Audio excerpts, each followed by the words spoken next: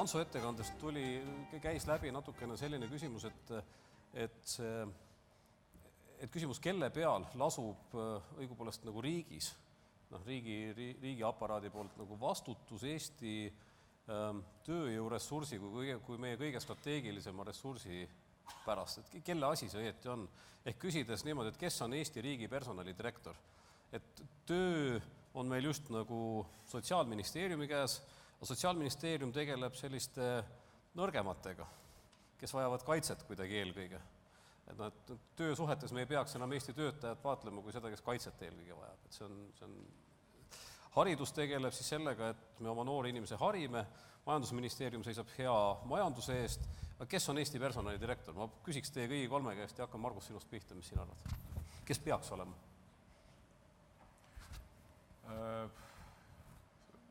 Raske küsimus. No lihtne on öelda, et eks ole haridusminister, et õpetame ja harime ja saame targemaks. Aga ma arvan, et haridusdirektoreid on siin, personalidirektorid istuvad siin saalis täna.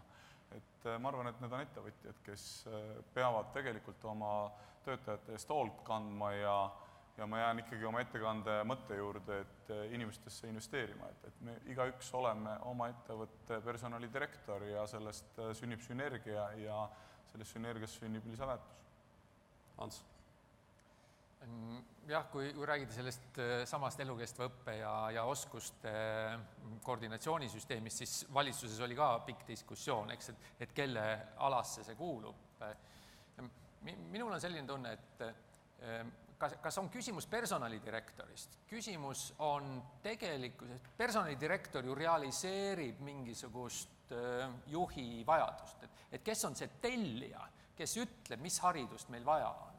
Ja kui me ütleme, et meie edu tuleb ikkagi tööst ja majandusest, siis see vastutav tellija, kes saab öelda ka selle tellimuse, on ikkagi majandus. Ja see on tööandjad ja ministeerium, kes selle poliitika siis mõistlikuks katuseks kokku võtab. See on minu arusaamine. Sotsiaalministeerium võib seda personalitööd teha küll, aga see on toetav. Selge. Jaan Parts. Naljaga pooleks võiks öelda Ansip ja läheks järgmise küsimuse. Aga enam see nalja ka ei paku, mulle ka. See on üks selline minu arvates üks ohtlik mõtteviis, et kus koha pealt nüüd mina või majandusministeeriumis on mingi 100 ja 200 seal töötajad nüüd suudavad ette näha, mis 10 aasta pärast, mis ettevõtted Eestis võiks olla. See ei ole võimalik. Ehk teisisõnu, et ma arvan, et ja selles mõttes selle töörühm, mida siin Ants Sild seda süsteemi kõik pakkus ja et see tegelikult selle pakkumine on ikkagi see, et püüda luua mingisugune mingi koht, kus on võimalik siis ärikogukonnal ükskõik, olgu nad siis Eesti kapital või mingi muu kapital ja siis need haridussüsteemil, ütleme vähemalt mingisugusel tunduvalt kõrgemal professionaalses astmel nendest asjadest nagu kõneleda. Et see on see, aga mis on minu arvates mille osas ma jällegi ei taha olla väga skeptiline, sest ma näen selles mõttes nii hariduse, kui me räägime haridussüsteemist, ennekõike sealt ülikool, võib-olla kutsekoolid, et igal juhul see diskussioon on läinud ja koostöö on läinud oluliselt paremaks, et siin väga palju sõltub, see võib olla sektorite erinev, siis on ilmselge, et neid haridussüsteemi selgeid puudeid, mis minu arust härra Silla ettekandes oli suurepäraselt väljas, ilma ettevõtjate või siin siis tööandjate surveta ei ole võimalik muuta. Sest me kõik teame, läheme me täna ülikoolidesse, ma ei räägi väiksematest koolidest, kus tegelikult haridussüsteem on olemuslikult konservatiivne. Et siin peaks, ja ma olen alati Eesti, et me oleme nii väike rahvas, et see on nii imelik, et me selliseid diskussioone hakkame käsitlema sellise mingi 100 miljoni rahva jaoks. Et tegelikult väga võtmekoht on see, mis toimub Tartu Ülikoolis ja mis toimub Tallinna Tehnikaülikoolis. Nii. Kui seal tehakse jama, siis tuleb väga konkreetselt küsida, miks seda tehakse ja niimoodi minna tegelikult ju edasi. Mul on Exceli tabel, kus ma näen kõik Eesti kutsekooli. Mul on isegi kõigi nende direktorite numbrid on ju olemas. Et me oleme niivõrd väike ja selles mõttes, et siin nagu hakata kujutama ette mingisugust niisugust plaanimajanduse lähtekohtadega süsteemi. Me paneme vale diagnoosi tegelikult. Jah, ma ei taha absoluutselt tõmmata ära vastutust, et majandusministeerium peab tegelema ressurssidega, mis meil on käes ja inimressursid on üks, on ju. Sotsiaalministeerium on minu arvates nagu tööturu osas on ta suhteliselt nõrk, on ju. Haridusministeerium ei suuda üle käia selle tellimuse esitamisel, on ju. Aga ma siiski, ütleme, paneksin selle nagu panuse, ma paneks siiski, ütleme, tööandjate survele. Aitäh. Et see oleks, nii et selles ma ühineksin ikkagi Marguse esialgse diagnoosiga, aga see ei ole siin lihtne, et iga üksinda käitudes tundub jõuetu. Siin on nüüd praegu Jüri Käo, läheb järgmisele ringile, tagasi ta peal astnud ei ole, et ikkagi Jüri Käo meie personalidirektor. Võtame üks otsas vastu. Saad kummardada. Tööandjate liidu esimees. Ants, sa tahtsid veel kommenteerida seda? Me peame neid valikuid tegema ja vastutus siin on igal juhul tööandjatel. See initsiatiiv peab tulema siit. Me ei oska öelda, milliseid harvesteri juhti on 5 aasta pärast või 10 aasta pärast vaja. Aga seda, et kassapidajaid on vaja 10 korda vähem kui üldse või et luuaga enam tänavat ei pühita, seda me teame küll, eks? Ja me teeme strateegilisi valikuid oma ettevõtetes iga päev, eks me peame neid tegema, sest kõiki asju lihtsalt ei jõua. Sa pead spetsialiseeruma, sa pead tegema mingisugustele valdkondadele panused.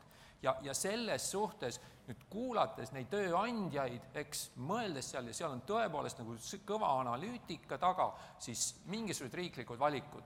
Me ei saa keskenduda paarile valdkonnale või mõnedele ettevõtetele, aga eelisvaldkonnad nagu selgelt on. Ja kui me vaatame ka OECD maid või Euroopa Liidu maid, kus selle asja nimi on skill strategy, siis ainukesed riigid, kuhu kuulus siis jaanuarikuuni ka Eesti, kus selle teemaga süstemaatiliselt ei tegeleta, olid Eesti, Läti, Leedu, Bulgaaria. Teistel kõikidel on selged selle rühma nagu analüütika ja seire töörühmad olemas.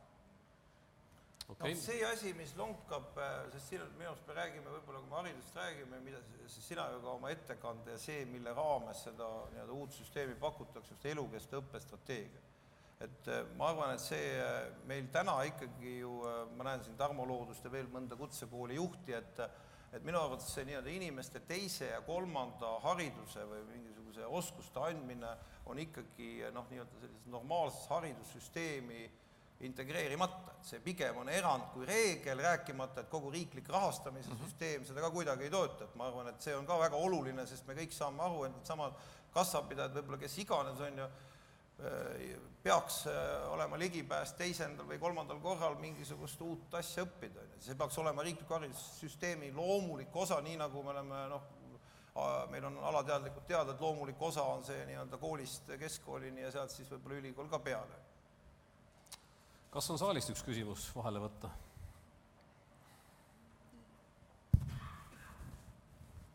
Valgus on ka näos, hästi ei näe. Kui ei näe, siis ma küsin edasi, sest mina olen neid siin saanud paar tüki ka. Me oleme tänase päeva jooksul kuulnud tegelikult päris mitut asja, mida me peaksime muudkui paremini õpetama. Me õpime lugema, kirjutama, üldse ei õpi probleeme lahendama, aga neid asju, mida me peaks õppima, on päris palju läbi käinud. Kas need on innovatsioon, IT, tööharjumused, õppimine, hoolimine, sotsiaalsed oskused. Et lõpuks, kui me need kõik nüüd proovime viia kooli, siis peaks mõtlema, et millest alustada, et tõenäoliselt me ei saa teha kõiki neid õppeaineid sellistena. Aga need asjad, mida ma olen siin nüüd loetanud, et mis on teie arvamus, et kus on meil siis koolihariduses kõige suurem puudujääk ikkagi? Hakkame seda puhku siis ministrist pihta. Sa mõtled nüüd põhiharidust? Põhiharidust? Jah, kooliharidus.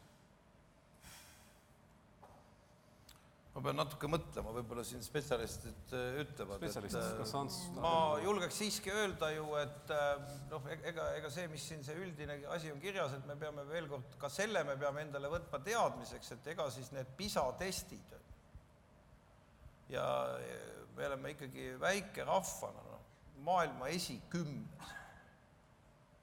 No teate, see on midagi enamat kui lihtsalt mingisugune Eurovisiooni edetabelis kuskil olla. See on ikka väga suur asi. Järelikult meie haridussüsteemis on midagi kuratlikult head. Et kuidas see on võimalik sellise nõukogude järgse saastast vabanedes, on väga raskelt kogu seda vabat Eestit üles ehitades ja me haridussüsteemist oleme sellise tulemus. Minule ei ole tegelikult vastust, sest mul on endal lapsed käinud kõik selle kooli läbi ja järgmised lähevad nii edasi. Mul ei ole sellele vastust, mul on ema ise õpetajal. Ma tean, kuidas nõukogude kool toimib, mis täna on. Minul ei ole sellele head seletust. Hakata täna ütlema, mis seal puudu on, siis tõenäoliselt ikkagi puudu on see sama asi, ma arvan, et kus kuskil otsas, ja ma ei ole spetsialistin soovitamast, et ma loen neid erinevaid õpetajad lehes esinevaid artikleid, et kus see Eesti noor inimene kaotab selle võime, sotsiaalse komponendi, et arutada või isegi esineda või sealt kuskilt kaob ära, seal mingi 15 aastast või mingisugune prõks käib. Aga ma ei ole spetsialist, seda ütleb. Arusaadav. Ma arvan, et ikkagi palju asju võib täna õpetada vähem, aga õpetada teistmoodi, neid praktiliselt kasutama. Kui me Tehnikaülikooli IT-teaduskonna õppekavade komisjonis arutasime, siis IT-õppekavade õppejõud olid kõik ühel meelel, et täna sellise moega kõrgemat matemaatikat ja nagu baasfüüsikat lihtsalt nagu aju arendamiseks ei ole enam õpetada vaja. Sa saad need samad oskused teistmoodi kätte.